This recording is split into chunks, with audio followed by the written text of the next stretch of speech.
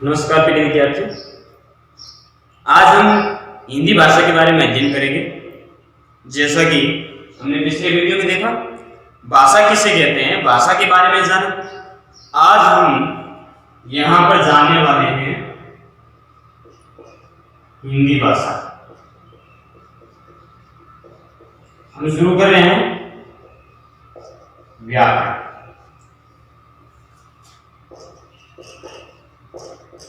कक्षा 6 से 8 तक। वैसे यह सभी कक्षाओं के लिए उपयोगी है, लेकिन हम शुरू करें केवल स्तर थोड़ा सा इसका 6 से 8 तक का होगा। सबसे पहले हमें भाषा के बारे में जाना। आज हम जानेंगे हिंदी भाषा के बारे में, इसका विकास अपने संविधान में किस प्रकार से दे रखा है, इसके लिए कौन सी संस्था उत्तरदायी है और इसका विकास धीरे धीरे कैसे आगे बढ़ा। तो आइए जानते हैं।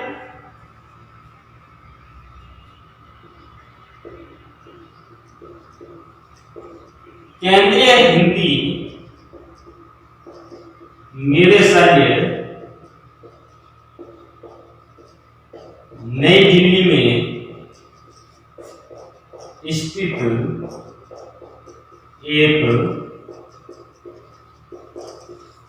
सरकारी संस्था है जो मानव संसाधन विकास मंत्रालय के अधीन कार्य करती है। यह हिंदी के मानक व प्रचार प्रसार के लिए उत्तरदायी है। तो आइए जानते हैं सबसे पहले केंद्रीय हिंदी निदेशालय कहां पर स्थित है। तो केंद्रीय हिंदी निदेशालय नई दिल्ली में स्थित है। जो क्या काम करती है, जो हिंदी का प्रचार प्रसार करती है, वह हिंदी का मानक रूप क्या होता है। मानक रूप आपको बताएं तो सबसे पहले हम क्या करते थे कि कोई शब्द है जो, अब आपको तो पता नहीं होगा, अभी वर्तमान में आप जय ऐसे लिखते हैं, लेकिन जब हम पढ़ते थे तो उस समय हम जय कैसे लिखते थे, इस प्रकार से लिखते थे। हमें यह जय लिखना किसने बताया, हिंदी निदेशालय ने बताया। हम पहले जैसे कि वर्तमान में विदर्भी नाम है जो इस प्रकार से लिखा जाता है, ये संयुक्त अक्षर है, तो क्या है, गलत है। विदर्भी नाम इस प्रकार से लिखा जाएगा। यह बात कौन बता रहा है, यह बात मानव संसाधन विकास मंत्रालय हमें बताता है कि किस प्रकार का कौन सा शब्द किस प्रकार से होगा। आप है जो अब ई इस प्रकार से लिखते हैं, पहले ई इस प्रकार से लिखा जाता था। यह बात कौन बताता है, यह बात मानव संसाधन विकास मंत्रालय बताता है कि यह वाक्य, यह शब्द, यह अक्षर, यह वर्ण है जो सही है। यह बात कौन कहता है, मानव संसाधन विकास मंत्रालय के अधीन जो संस्था है केंद्रीय हिंदी निदेशालय, वह यह बात बताती है। आगे देखिए, इसके बारे में क्या होता है कि भारतीय संविधान में अनुच्छेद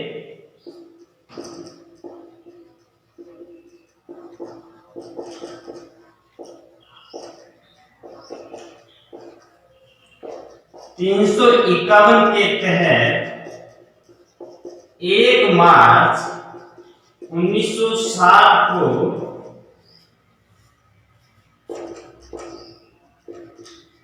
केंद्रीय हिंदी निदेशालय की स्थापना की गई। प्रश्न पूछा जा सकता है कि केंद्रीय हिंदी निदेशालय की स्थापना कब की गई, तो 1 मार्च 1960 को केंद्रीय हिंदी निदेशालय की स्थापना की गई। नोट कीजिएगा आप, केंद्रीय हिंदी निदेशालय की स्थापना कब की गई, तो 1 मार्च 1960 को केंद्रीय हिंदी निदेशालय की स्थापना की गई। आगे देखिए, कि संविधान में भाषा संबंधी कौन कौन से प्रावधान है, यानी कि भाषा संबंधी किस किस में भाषा का उल्लेख है। अपने संविधान हम पढ़ते हैं सामाजिक में कि संविधान की विकास के इसमें कितने अनुच्छेद हैं, इसमें किस किस प्रकार के अनुच्छेद हैं। तो भाषा संबंधी अपनी हिंदी भाषा से संबंधित या और अन्य भाषाओं से संबंधित कौन कौन से प्रावधान है। तो देखिए भारतीय संविधान में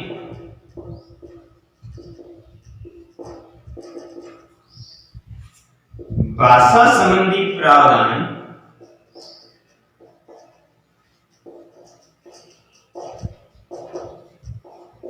अनुच्छेद 343 से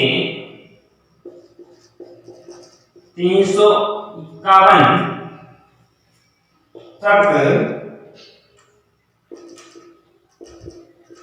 343 से 351 तक है, लेकिन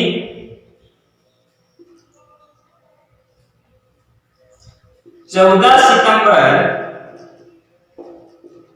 1949 को संविधान के अनुच्छेद 343 के अनुसार हिंदी हमारी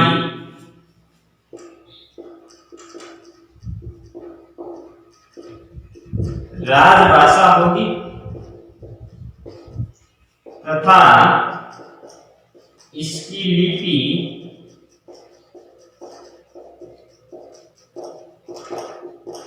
देवनागरी होगी, जिसका विकास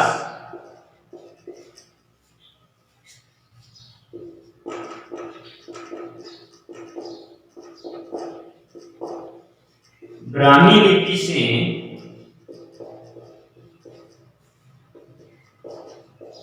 किया जाए।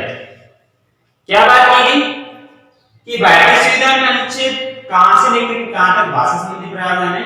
351 कहते हैं सबसे पहले तो भाषा संबंधी प्रावधान देंगे, तो भाषा संबंधी प्रावधान 343 से लेकर 351 तक है। उसी में ही क्या बात की गई कि भारतीय संविधान में अनुच्छेद 351 के तहत 51 के तहत 1 मार्च 1960 को केंद्रीय हिंदी विद्यालय की स्थापना की गई। किस लिए? मानक रूप प्रदान करने के लिए। कौन से अक्षर किस प्रकार से होंगे, किस प्रकार से उसका उच्चारण किया जाएगा, वो सभी रूप कौन तैयार करता है? हिंदी विद्यालय तैयार करता है। ठीक है, आगे देखिए। तो भारतीय संविधान में भाषा संबंधी प्रावधान, अब भाषा संबंधी उर्दू है। अपने संविधान में कितनी भाषाओं का उल्लेख है? तो संविधान में 22 भाषाओं का उल्लेख है। कितनी भाषाओं का उल्लेख है? 22 भाषाओं। और 22 भाषाओं में हिंदी भाषा के लिए क्या है? हिंदी भाषा के लिए आगे बढ़ेंगे हम।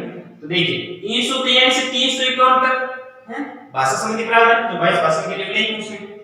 14 सितंबर 1949 तारीख याद रखना, 14 सितंबर 1949 को संविधान के अनुच्छेद 343 अनुच्छेद के भाग के अनुसार हिंदी हमारी क्या होगी? हिंदी हमारी राजभाषा होगी। आपने पढ़ा होगा कि हिंदी हमारी राष्ट्रभाषा है। हिंदी हमारी राष्ट्रभाषा नहीं है, हिंदी हमारी राजभाषा है तथा इसकी लिपि देवनागरी। हिंदी भाषा की लिपि कौन सी है? देवनागरी, जिसका विकास ब्राह्मी लिपि से किया जाएगा। ब्राह्मी लिपि आपने देखा, हिंदी भाषा का विकास कौन सी भाषा से हुआ? संस्कृत भाषा से, है ना। तो देवनागरी लिपि का विकास किससे हुआ? ब्राह्मी लिपि से। तो संस्कृत की लिपि कौन सी? तो संस्कृत की लिपि हुई ब्राह्मी लिपि। ठीक है, आगे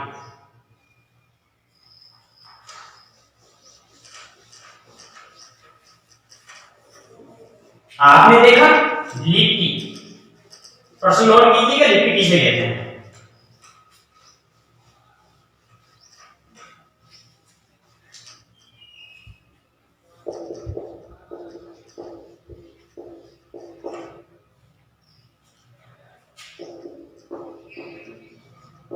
किसी भाषा के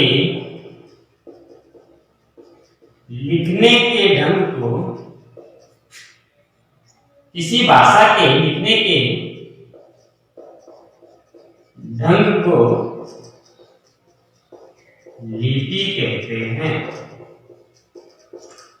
लिपि किसे कहते हैं? तो किसी भाषा के लिखने के ढंग को लिपि कहते हैं। अर्थात इसकी परिभाषा देखें तो किसी भाषा के ध्वनि चिन्हों को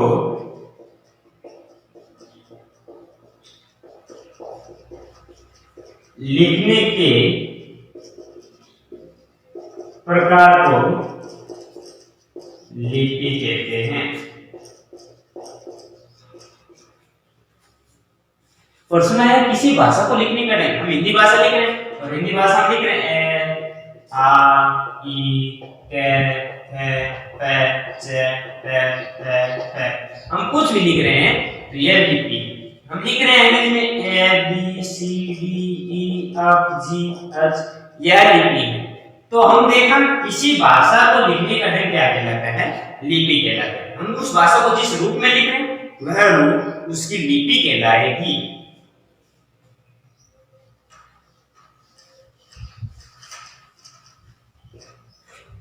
लिख देगा आपने। अब हम देखते हैं व्याकरण। व्याकरण शब्द वी प्लस आ प्लस कर्ण शब्द से बने। अगर हम इसका संस्कृत में रूप देखें तो वी आ क्र ल्यूट नूर प्रत्यय, इस प्रकार से अलग अलग प्रत्यय बना करके इसका नाम कर्ण बना है। लेकिन हमें उतनी ज्यादा विस्तार जानकारी नहीं रखनी है क्योंकि हमारा स्तर कौन सा है? 6 से 8 तक। अगर आप जानना चाहते हैं तो मैं आपको बता देता हूं। वी का अर्थ होता है विशेष, आर का अर्थ होता है तर्क और करण का अर्थ होता है करना, यानी विशेष ज्ञान प्राप्त करना। और इसका अर्थ क्या होता है? व्याकरण का अर्थ होता है व्यवस्थित ज्ञान। यहां पर संधि होगी यण संधि, यण संधि होने के बाद में यह शब्द बना है। आपने देखा व्याकरण का अर्थ क्या होता है? व्याकरण का अर्थ होता है व्यवस्थित ज्ञान जिसका निर्माण है जो इस प्रकार से हुआ है। इसकी परिभाषा देखें तो लिखिए आप, वह माध्यम जिससे हम भाषा के प्रत्येक अंग को समझ सकते हैं। क्या कहा मैंने? वह माध्यम जिसके द्वारा हम भाषा के प्रत्येक अंग को समझ सकते हैं।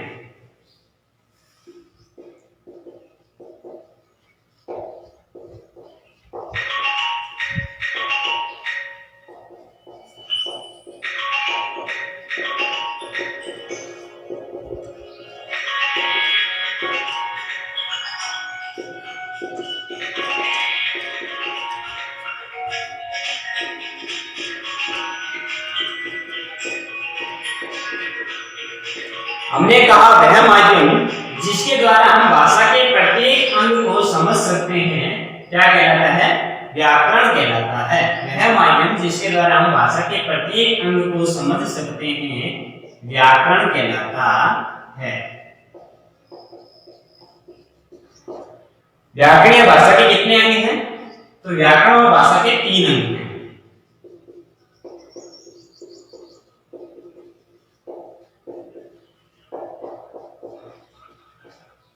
वह माध्यम जिसके द्वारा हम भाषा के प्रत्येक अंग को समझ सकते हैं उसको हम क्या कहते हैं? व्याकरण।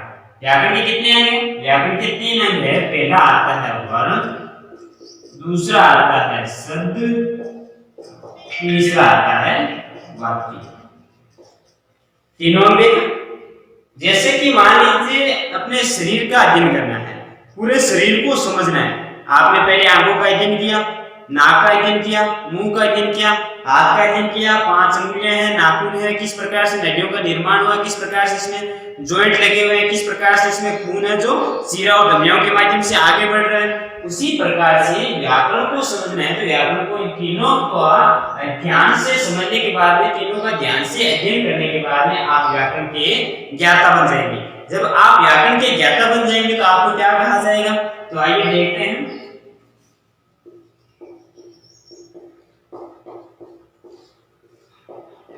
व्याकरण यानी कि जिस व्यक्ति को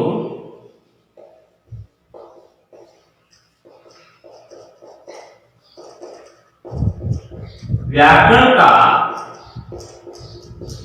पूरा ज्ञान हो उसे हम व्याकरण कहते हैं।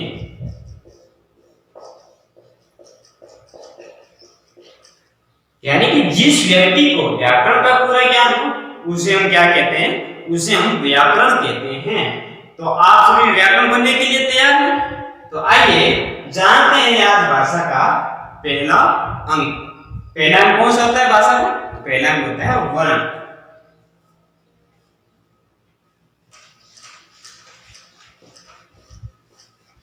आगे नोट कीजिएगा वर्ण।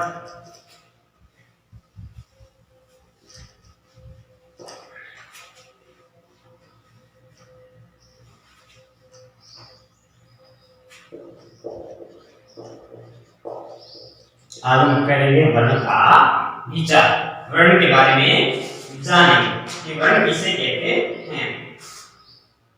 अब जैसे कि मैंने पिछले वीडियो में बताया था, लेकिन इस बार और बता देता हूँ, ध्यान से देखिएगा कि कोई भी भाषा है, जैसे हिंदी भाषा है, हिंदी भाषा के बारे में अध्ययन कर रहे हैं, तो किसी भाषा की छोटी इकाई कौन सी होती है? किसी भाषा की सबसे छोटी इकाई होती है वर्ण, जो कि पिछली वीडियो मैंने बताया, आपने देखा था। वर्ण किसे कहते हैं? हम जिसको कुछ भी लिख दें, ये सभी क्या कहलाते हैं? वर्ण कहलाते हैं। तो परिभाषा नोट कीजिएगा।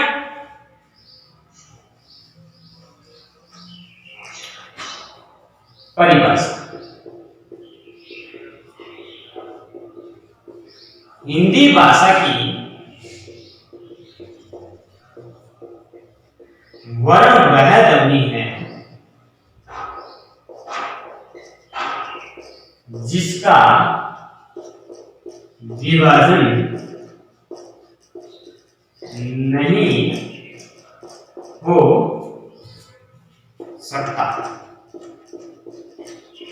लाइन पढ़िएगा, हिंदी भाषा की वर्ण वह ध्वनि है जिसका विभाजन नहीं हो सकता है। यानी कि भाषा की ध्वनियों को लिखने हेतु उनके लिए कुछ लिपि चिन्ह होते हैं, उन्हीं लिपि चिन्हों को हम क्या कहते हैं? वर्ण कहते हैं। यानी कि हिंदी भाषा की वर्ण वह ध्वनि है जिसका हम विभाजन नहीं कर सकते, जिसका हम टुकड़े नहीं कर सकते। हिंदी भाषा के बारे में अध्ययन करें तो हम हिंदी भाषा लिखेंगे। हिंदी भाषा की ध्वनियों को लिखने के लिए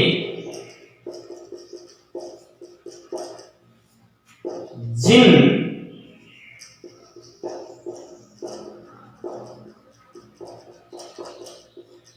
चिन्हों का प्रयोग करते हैं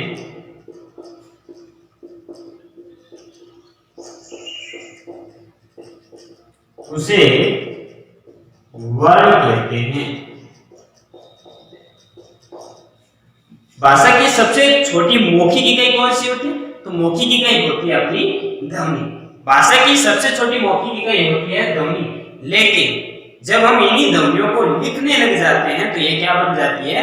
वर्ण बन जाती है। तो किसी भी भाषा की ध्वनियों को लिखने के लिए जिन चिन्हों का हम प्रयोग करते हैं उसे हम वर्ण कहते हैं। ध्वनियां कौन सी? जैसे ए आ कै खे गे च च टे टे या कै खे गे खे, ये सभी ध्वनियां क्या कहलाती हैं? वर्ण कहलाती हैं। या छोटे रूप में देखें तो वह इकाई जिसके खंड में किए जा सके, खंड यानी कि यहाँ पर जैसे मैंने बताया विभाजन नहीं किए जा सके, तो वह ध्वनि जिसका खंड न किया जा सके, यानी कि जिसको हम तोड़ नहीं सकते। कैसे? जैसे ये है, नाम है राम। अब राम में सबसे पहले हमने देखा र, उसके बाद में आ, उसके बाद में मैं, और उसके बाद में ए। अब इनका हम जैसे कि ये स्वर है, इनका हम बोला जैसे कि ये स्वर है और ये व्यंजन है। आगे पढ़ेंगे हम इसके बारे में। स्वर और व्यंजन, इन दोनों के मेल से पूरा क्या बना है? शब्द बना है। अब ये है, इनके और टुकड़े किए जा सकते हैं क्या? इनके और टुकड़े नहीं किए जा सकते। तो ये सभी क्या कहलाते हैं? ये सभी वर्ण कहलाते हैं। इनका और विभाजन नहीं कर सकते। अगर हम इनका और विभाजन कर सकते हैं तो जो विभाजन अलग हुआ है वह वर्ण कहलाएगा। जैसे कि नाम आया यह भी वर्ण है, लेकिन यह किससे बना है? E प्लस ए से बना है। E प्लस ए से बनने के कारण से ये क्या कहलाएंगे? वर्ण कहलाएंगे। तो जाना वर्ण किसे कहते हैं? तो वर्ण वह है जो कि उसका टुकड़े नहीं किया जा सके, उसका खंड नहीं किया जा सके, उसे हम क्या कहते हैं? वर्ण कहते हैं। तो अक्षर किसे कहते हैं? अक्षर वह ध्वनि या वह वर्ण या वह शब्द जिसका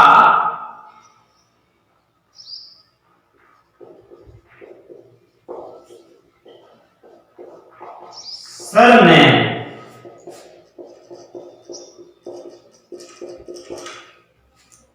यानी कि नाश न हो, उसके टुकड़े न हो, वह खत्म न हो, उसका विभाजन न हो, वह क्या कहलाते हैं? अक्षर कहलाते हैं। यानी कि पूर्ण रूप से बोला जा सके अंक ख च, तो ये सभी क्या कहलाते हैं?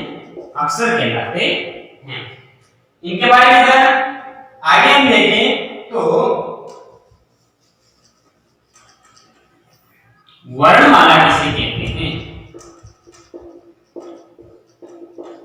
वर्णमाला किसे कहते हैं? जानिए कि वर्णों के व्यवस्थित क्रम को या संपूर्ण वर्णों के समूह को वर्णमाला कहते हैं। वर्णों के व्यवस्थित क्रम को या संपूर्ण वर्णमाला को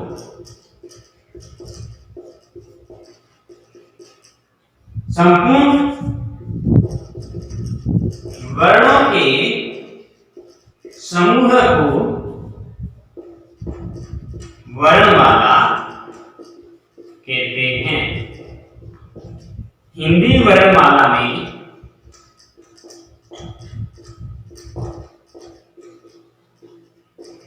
11 स्वर व 33 व्यंजन हैं, यानी 44 वर्ण हैं।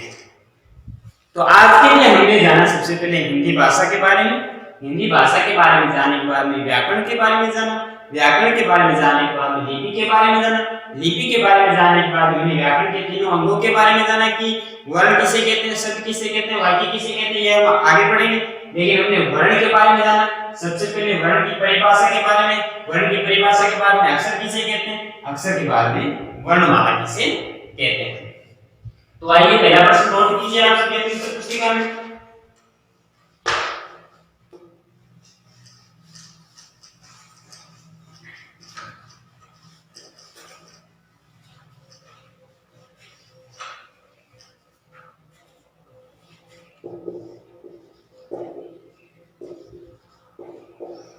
केंद्रीय हिंदी निदेशालय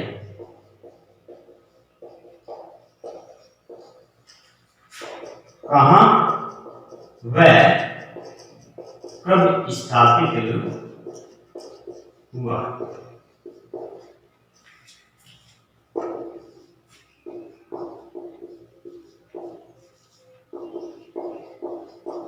लिपि किसे कहते हैं?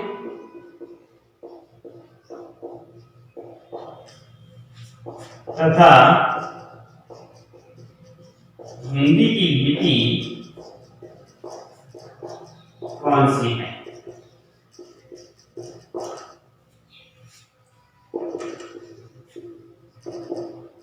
व्याकरण का अर्थ व परिभाषा बताओ।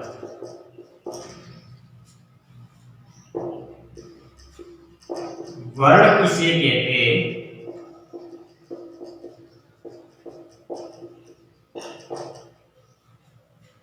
वह इसके